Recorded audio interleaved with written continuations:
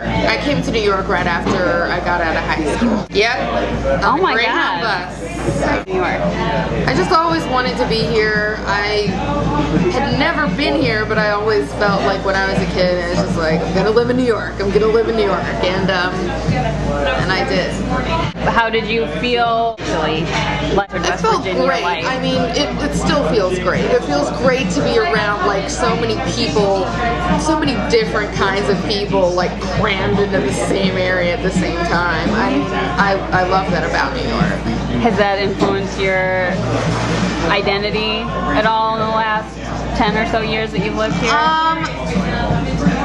It's interesting because I still get as many what are yous here as I did in West Virginia, and even though there are so many races here, it's still, they don't know about my race, which is mixed. So, right, yeah. well, mixed specifically like we are, I think. Exactly, because that's exactly. Like so the big no-no. I was pretty thrown. I was like, I'm in New York. This isn't, no one, everyone knows, you know, Right. everything's mixed. Right. And yeah, it wasn't the case. Isn't the case. Did you know that you were an actor when you moved here, or is that something you discovered? Yeah, definitely. And when I moved here as an actor, I thought of myself as a black actor. What were your expectations? Did you consider yourself a black?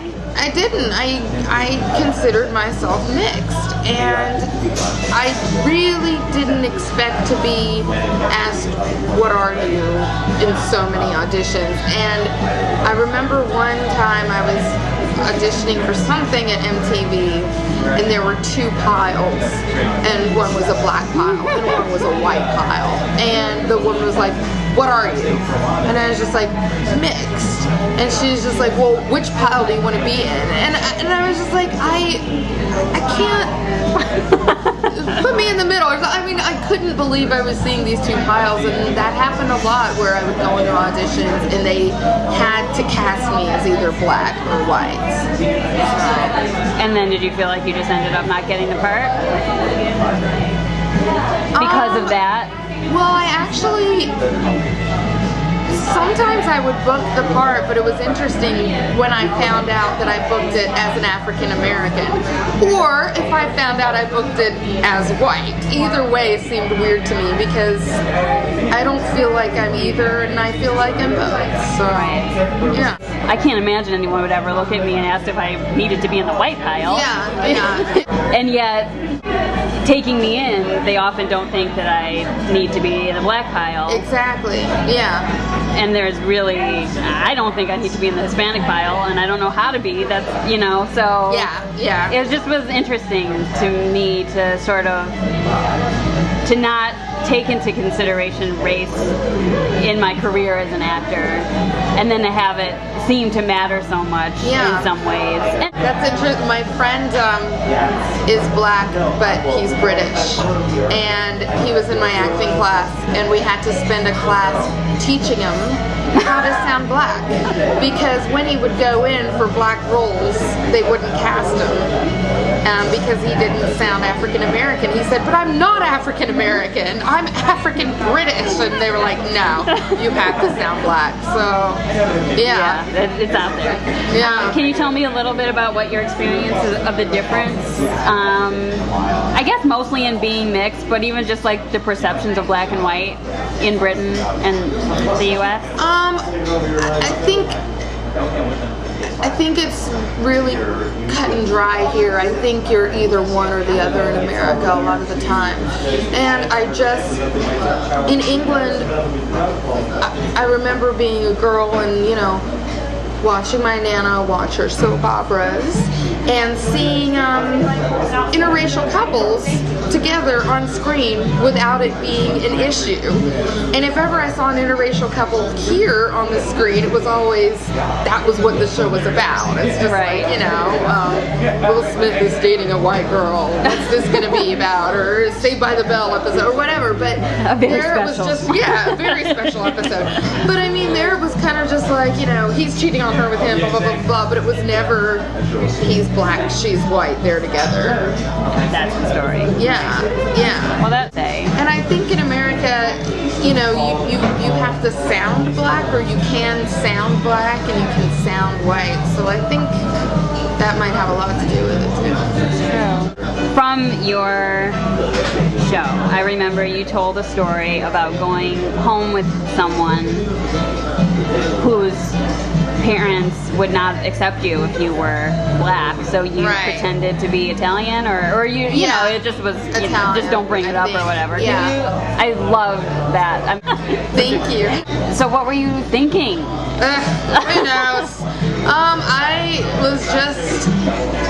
I wanted this boyfriend. I was 15, and my boyfriend was white, and he wasn't racist. His parents were, so I agreed to say I was Italian.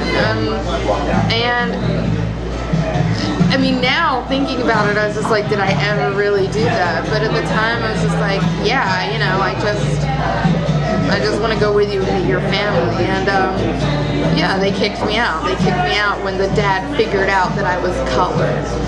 And do you know what tipped him off? I don't know what tipped him off. I know we were in the yard, so who knows? I don't know. Did you get a little tan? Sunlight hit my, it's just ridiculous that happened, but I know that was the last time I ever said that I was anything but mixed. Okay, I've been thinking a lot lately about how, for me growing up, it was probably easy-ish for me to accept being one-dropped and just being like, okay, I'm black.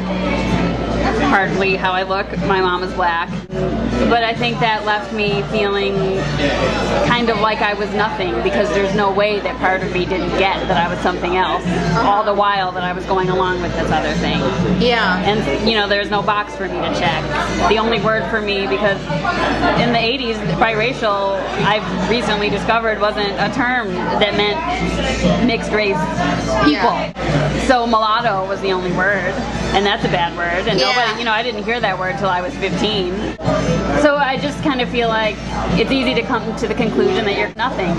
And then I felt more willing to discount my own thoughts, wants, and needs to adhere to someone else's, because I wanted to feel like I was part of a group, or because I wanted, these people look like they're something, let me go along with that. Maybe I'll feel like I'm something too. And I mean, subtext, major subtext. Yeah. But then I read this article recently just sort of about the plight of mixed race children, and at first I was just pissed. But then I was like, well, what if that's true? You know, the conditions for us aren't so prime, you know, to be a whole person and to feel good about yourself, because somebody's always got something to say about it on one side or the other or whatever. So, you know, I think at 15 for you to be in that position, that's kind of maybe how that was okay to you.